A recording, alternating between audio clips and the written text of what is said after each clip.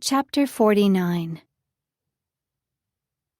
On Christmas morning, Susanna woke up early and blasted her mom's old CD recording of Handel's Messiah, which was as much of a cornerstone of a traditional Peter's Christmas as Amish friendship bread at breakfast. Thankfully, Connie's starter from safe Anchorage worked perfectly, and based on the sweet, yeasty smell from the oven, Susanna hadn't botched the recipe too terribly. As soon as she pulled the loaf out to cool, she hurried into Kitty's room. "Merry Christmas, sunshine!" Susanna was thankful for an extra dose of energy this morning. She'd thrown the friendship bread into the oven and still found time to make some muffins and start a much-needed load of laundry. All month, Susanna had worried that Christmas would feel empty and pointless without her mother.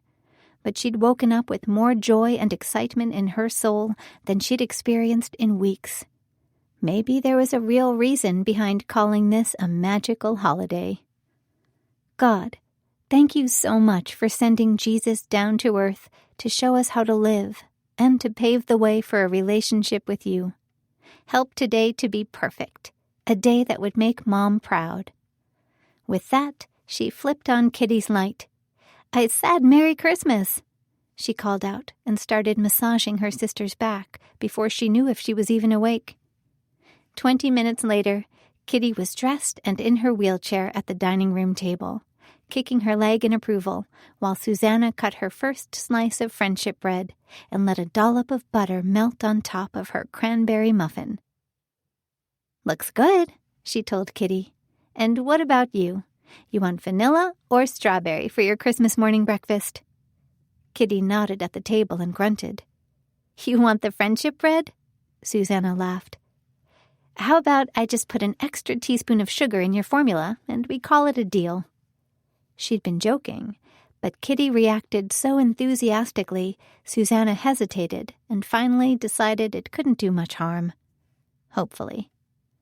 While her sister giggled like a little girl about to be caught sneaking a secular music tape into her home, Susanna measured out half a teaspoon of sugar. "You sure you can afford all these extra calories?" she teased. A grunt. "Okay, it's your decision, not mine." Snort. Susanna laughed, too, as she dumped the sugar into her sister's bottle of formula. "Are you going to shake it up, or should I?" Blink. "All right, but you better not tell anybody. It's got to stay our little secret. Deal?" Blink. Susanna helped her sister take her first sip of sweetened strawberry formula. Kitty was laughing so hard it would have taken a Christmas miracle if any actually found its way to her stomach. But for once, Susanna wasn't going to let her sister's eating habits stress her out. She wiped Kitty's chin with a napkin, then impulsively leaned over and kissed her on the cheek. "Have I ever told you that you're the best sister in the world?